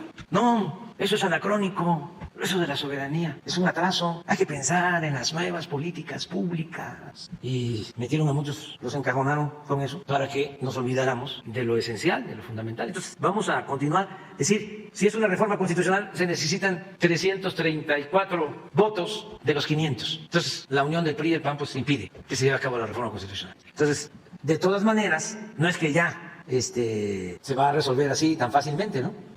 Hay que debatir más, porque es enseñanza. Por ejemplo, una lección importantísima. Ojalá y consigas 2 videos. Uno de Krause, antes de la elección del 2018, porque no son tontos. Son conservadores y corruptos, pero no son tontos. Es un video en donde dice, divide tu voto. Vota, si quieres, por un candidato a presidente, pero no votes por el mismo partido de presidente para diputado, para que haya un contrapeso, un plan con maña, para que si yo ganaba, pues estuviese yo atado de pies y manos, como sucede en otras partes. Imagínense, el presidente del Perú lleva creo que un año. 3 juicios políticos. Uno, acusándolo de estar mal de sus facultades, de loco. Otro, acusándolo de delincuencia. Y este último, ya, el extremo, de que se corre el riesgo con él De darle la salida. de que pueda darle la salida al mar a Bolivia. Y como no tiene mayoría, pues ahí está, sin poder hacer nada. Y a el conservadurismo, a la élite, no le importa que se paralice, que se afecte todo un país, porque a ellos lo que les interesa son sus privilegios y sobre todo el privilegio de mandar. Y más en este caso, que lo consideran, pues, de la sierra, se le añade el racismo. Entonces, no lo quieren. Bueno, pero esto es Krause. Y Aguilar Camín, búsquenlo también. Cuando me dice que soy un tonto, me dice más fuerte, pero no vayan a poner el pi, pi, pi, pi, no lo dejan. Pon los dos, porque lo que están planteando es lo mismo, es el Congreso. Entonces, ¿yo qué? Aprovecho para decirle a la gente que a lo mejor ya después no voy a poder hablar de estas cosas cuando ya vengan las campañas. No solo votes por el presidente o por la presidenta. Si quieres que haya una transformación o se mantenga la transformación, apóyale también votando por los candidatos al Congreso, porque si no, lo van a ningunear. En el caso de nosotros ganamos la mayoría, y se lo agradezco mucho a la gente, pero para llevar a cabo las reformas constitucionales se requieren 2/3 partes, no mayoría simple. Entonces, hacia adelante, tiene que ser una avalancha de votos. Independientemente del partido, del candidato, hay que votar por la transformación, por el proyecto de nación. Eso es lo más importante. ¿Tienes ahí ya las dos? A ver, es que es muy bueno. Miren, supuestamente muy equilibrado y demócrata, ¿no? ¿No tiene audio? ¿No será que son las chachalacas disfrazadas de guacamaya? 13 de junio, a 18 días de las elecciones, permítanme compartir con ustedes una reflexión sobre el poder absoluto. El poder absoluto en manos de una persona ha dejado una estela de destrucción a lo largo de la historia. Los ejemplos abundan. En el siglo XX, en Europa y Asia, el poder absoluto recayó en manos de líderes de derecha e izquierda, fascistas o comunistas, que destruyeron a sus países y provocaron la muerte de decenas de millones de personas. En el siglo XX, en América Latina, el poder absoluto en manos de líderes de derecha e izquierda, militares genocidas o dictadores revolucionarios, sofocó las libertades y provocó hambre, desolación y muerte. En el siglo XX, en México, el poder absoluto de los presidentes, todos del partido oficial, tenía al menos el límite de la no reelección, y sin embargo, el poder absoluto hizo mucho daño. Basta recordar la matanza de Tlatelolco ordenada por Díaz Ordaz, la represión del diario Excelsior ordenada por Luis Echeverría, la quiebra del país causada por la administración de López Portillo, y la corrupción impune en tiempos de Salinas. Desde 1997, año en que el PRI perdió la mayoría en la Cámara de Diputados, ningún presidente ha tenido poder absoluto en el Congreso, ni Zedillo, ni Fox, ni Calderón, ni Peña Nieto. Elección tras elección, en el año 2000, 2006 y 2012, se ha elegido presidente de un partido y a los diputados y senadores de otro. Esta votación dividida ha dado continuidad a la democracia y ha preservado las libertades, sobre todo la libertad de expresión. Por eso, para seguir construyendo nuestra democracia y preservar nuestras libertades, pienso que es muy importante que en las próximas elecciones dividamos nuevamente nuestro voto. Y por eso me permito dar libremente mi opinión. Votemos por el candidato presidencial que nos convenza, pero cuidemos que el próximo presidente no tenga la mayoría del Congreso. El Congreso es el principal dique de contención para limitar el poder absoluto de un presidente. El Congreso debe ser plural. El Congreso no debe ser, como en el siglo XX, un órgano servil del presidente. México no debe volver a ser el país de un solo hombre. A México lo construimos todos. México somos todos. Evitemos la concentración de poder absoluto en manos de una persona. Dividamos nuestro voto. Digamos no, hoy y siempre, al poder absoluto. Ahora ponga, son que tomemos nota de que estamos frente a un proyecto revolucionario y que cuando uno entiende eso, todas las estupideces que hace adquieren una lógica impecable. Él quiere que este país esté jodido y empobrecido para poder gobernar. Es lo que quiere. Yo creo que no es el momento de la revocación del mandato ya para López Obrador, porque en este momento te lo podría ganar. Y podrías estarle dando a él un instrumento político que le urge tener en este momento. En cambio, si lo dejamos para el año 22, como está planteado institucionalmente, así está en la ley, así está acordado ya, entonces lo que vamos a tener es, tenemos un momento institucional de presión sobre la Corte, tenemos unas elecciones intermedias en 21, en donde hay que derrotar a Morena y a López, y luego, en el 22, muy probablemente, si perdió las elecciones del 21, estará tan jodido todo el país, porque no se va a recuperar muy rápido, que probablemente pierda también la revocación del mandato, por pendejo y por pendejo. Está interesante, ¿no? El tema. Entonces, yo que le digo a la gente, miren, hay que enfrentar al bloque conservador y para eso se requiere no solo ganar la presidencia, se requiere ganar la mayoría en el Congreso. Y acerca del miedo del poder absoluto, eso puede pasar cuando se trata de dictaduras. Por ejemplo, él no toca Krause a Porfirio Díaz. Una vez se atrevió a decir que la represión en México, los asesinatos en México, las mayores atrocidades cometidas en México, no correspondían a Porfirio Díaz, sino al otro Díaz, a Díaz Ordaz. Y claro que Díaz Ordaz ordenó la represión. Él mismo lo aceptó de Tlatelolco. Pero Porfirio Díaz, como es de los ídolos de Krause, ordenó la guerra contra los yaquis, contra los mayos, contra los mayas. ¿Saben qué decía? De que los indígenas se sentían los dueños de la tierra y acaparaban la tierra y había que quitársela. Y utilizó a los generales más sanguinarios para llevar a cabo matanzas. 15,000 yaquis asesinados. Y si se dan cuenta, no tocó a Cedillo, por decir, que fue el que nada más convirtió la deuda privada de unos cuantos en deuda pública con el Fobaproa, entre otras cosas. Entonces, sí es muy importante tomar en cuenta eso. Más, un pueblo consciente, politizado, no acepta una dictadura, a nadie con poder absoluto, a nadie. Ya este pueblo cambió, hay una revolución de las conciencias, un cambio de mentalidad. Además, hay dos cosas, una que menciona, ¿no? La no reelección, que él se quedó callado cuando reformaron la Constitución para permitir la reelección en el Congreso. Eso se aprobó en la época del periodo neoliberal. Afortunadamente, no hay reelección. Entonces, ¿de dónde el poder absoluto? Eso es un tema a considerar. No hay reelección. Y dos, nuestra aportación fundamental, la revocación del mandato. Eso no existía. Ahora, de acuerdo a la Constitución, si un presidente se porta mal, a la mitad del sexenio se convoca una consulta y el pueblo decide si continúa o se va, porque el pueblo pone y el pueblo quita. Pero esto no es el temor al poder absoluto, no. Es que lo que querían era que yo llegara aquí y estuviera de florero, que no pudiese hacer nada. Entonces, la enseñanza mayor de todo esto es, vas a votar. Recuerda que se vota por tres cosas: el candidato, el partido y el proyecto. Entonces, hay que seguir adelante. Afortunadamente, no se tiene las 2/3 partes, pero se tiene la mayoría simple. Se necesitan 2/3 partes para reformar la Constitución, pero para reformar leyes secundarias solo basta con mayoría simple. Entonces, si rechazan, porque no solo están asociados, sino está de por medio el dinero que reciben los partidos, que es muchísimo, de modo que puede ser, sin tomar en cuenta al pueblo, hablando de democracia, porque si se hace una encuesta y se le pregunta al pueblo sobre esto, se le informa bien y se lleva a cabo una encuesta, la mayoría, me dejo de llamar a Andrés Manuel, estaría a favor de que se llevara a cabo la reforma. Pero como ellos no son en realidad representantes del pueblo, los legisladores, conservadores, corruptos, sino representantes de intereses creados, pues entonces van a llevar a cabo una imposición disfrazada de legalidad.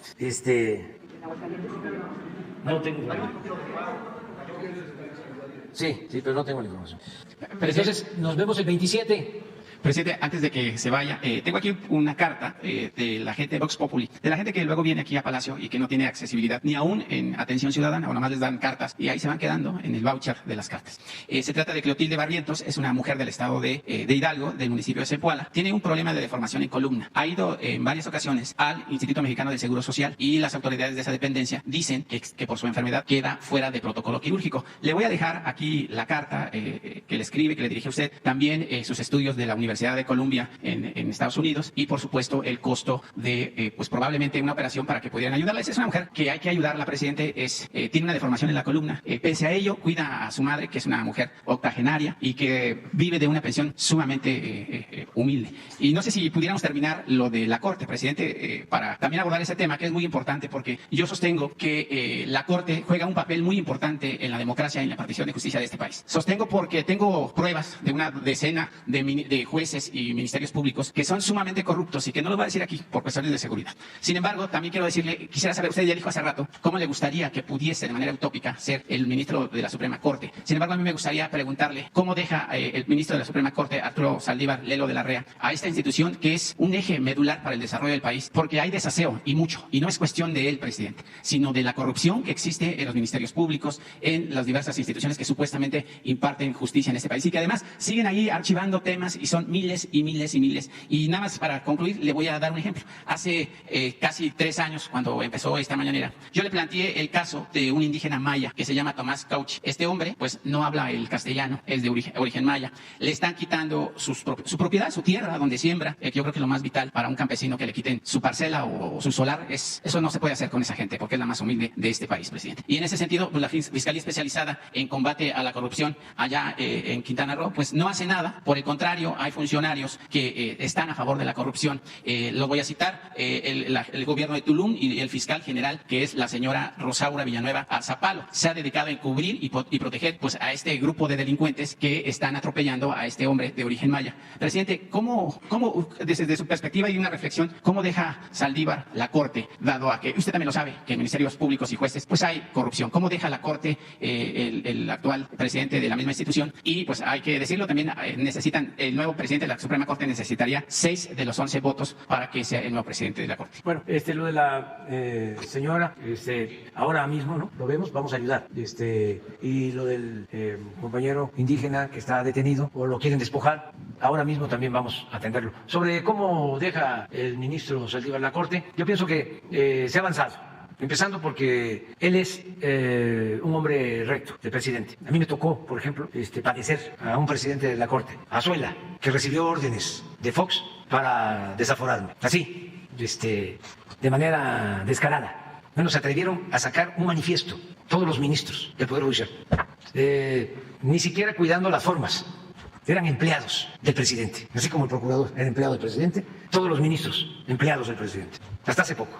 Por eso cuando dicen que no hay cambios, ¿cómo no? Han habido cambios muy importantes. Entonces yo tengo la mejor opinión del ministro Saldívar. Lo que sucede es que son estructuras muy viciadas, aunque no les guste a los conservadores, militantes del conservadurismo.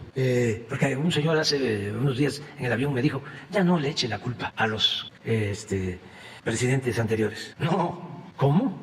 ¿Cómo no les voy a echar la culpa y no voy a estar recordando lo que sucedió? ¿Sí? Estaría yo negando el pasado y con amnesia por conveniencia. ¿Pero qué sucedió con Salinas y con Zedillo? Empezaron ya a constituir el PRIAN y Salinas empezó, les dio hasta gobernaturas.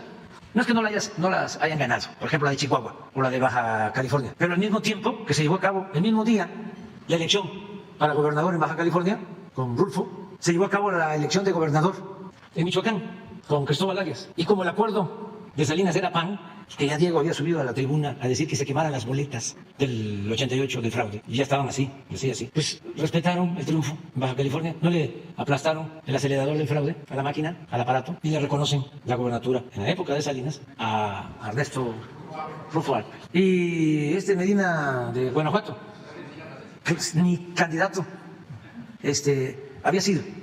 Sí, de alcalde lo nombraron gobernador. En cambio, en Michoacán mandaron a reprimir al pueblo. Hicieron el fraude y asesinaron a luchadores sociales del movimiento verdaderamente opositor, popular. Entonces, ahí empieza Salinas a darle entrada al PAN. ¿Y qué les da el Poder Judicial?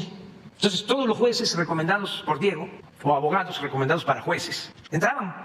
Llega Zedillo y nombra a Lozano Gracia como procurador del PAN. Ya estaba por Diego, de asesor, y les entregan pues todo el poder, tanto en la antigua Procuraduría como en el Poder Judicial. Jueces, magistrados, ministros, Entonces imagínense limpiar eso. No generalizo, pero la mayoría pues tienen esos cargos por influyentismo. Hay en el Poder Judicial como partidos. Primero, los jueces se autoprotegen bajo el criterio de la autonomía. ¿Conocen ustedes de que hayan resuelto de que un juez cometió un delito y esté en la cárcel? Y existe para eso el Consejo de la Judicatura. Pero no, ahí no pasa nada. Es como el castillo de la pureza. Sí, hay del Poder Ejecutivo en los estados, federal, gente en la cárcel, pero del Poder Judicial, no. Entonces, me preguntas, ¿cómo deja el Poder Judicial el ministro Saldívar? Yo digo, bien, porque no había yo escuchado, que esa es otra cosa, en los informes de los presidentes del Poder Judicial, que se hablara tanto, nunca se hablaba de la palabra, o se usara la palabra corrupción en los informes, y el maestro Saldívar, sí, y en el nepotismo, que es otro problema que tienen ahí, es como el DIF, ¿sí? Es de la familia. Para la protección de la familia. Entonces yo espero que termine bien. El ministro Saldívar es una buena persona, es una gente íntegra, pero es un monstruo eso. Va a requerir ahí seguir limpiando, no cansarse de limpiar. Y hay que limpiar de arriba para abajo, como se limpian las escaleras, y no dejar de combatir la corrupción. O sea, la corrupción, siempre lo he dicho, no es una pandemia, es una peste. Y es el principal problema de México, que no lo olvidemos, porque también nos jugaron mucho el dedo en la boca, haciéndonos creer que los problemas eran otros. El problema es la educación, el problema es la seguridad, el problema es la falta de empleos, el problema es la pobreza, el problema es la violencia. Sí, pero todo se deriva de la corrupción que imperaba en el Poder Ejecutivo a lo grande. Miren cómo nos engañaban. Nos decían de que no teníamos ingresos suficientes, la hacienda pública no era fuerte porque no pagaban impuestos los de la economía informal, los ambulantes, cuando en realidad los que no pagaban impuestos eran los de arriba, los grandes banqueros, los grandes empresarios. Pero muchísima gente se creyó eso, de que la debilidad fiscal de México era por la informalidad. ¿Qué? ¿No nos mintieron durante décadas de que el problema era la mordida? ¿Saben cómo hacían las encuestas? Estos de la transparencia. Ponían monederos o carteras en distintos lugares, ¿sí? Y ponían 2,000 pesos por las carteras y la dirección. Entonces veían cuántos devolvían la cartera con los 2,000 pesos. Hablaban y decían, oye, usted perdió la cartera. Y ese era el nivel que tienen que ver las carteras, ¿sí? Cuando se estaban robando, nada más por no pagar impuestos, 300, 400 mil millones de pesos al año. ¿Qué tiene que ver la cartera cuando se estaban robando con la complicidad de los funcionarios? 80,000 barriles diarios de gasolinas con el huachicol.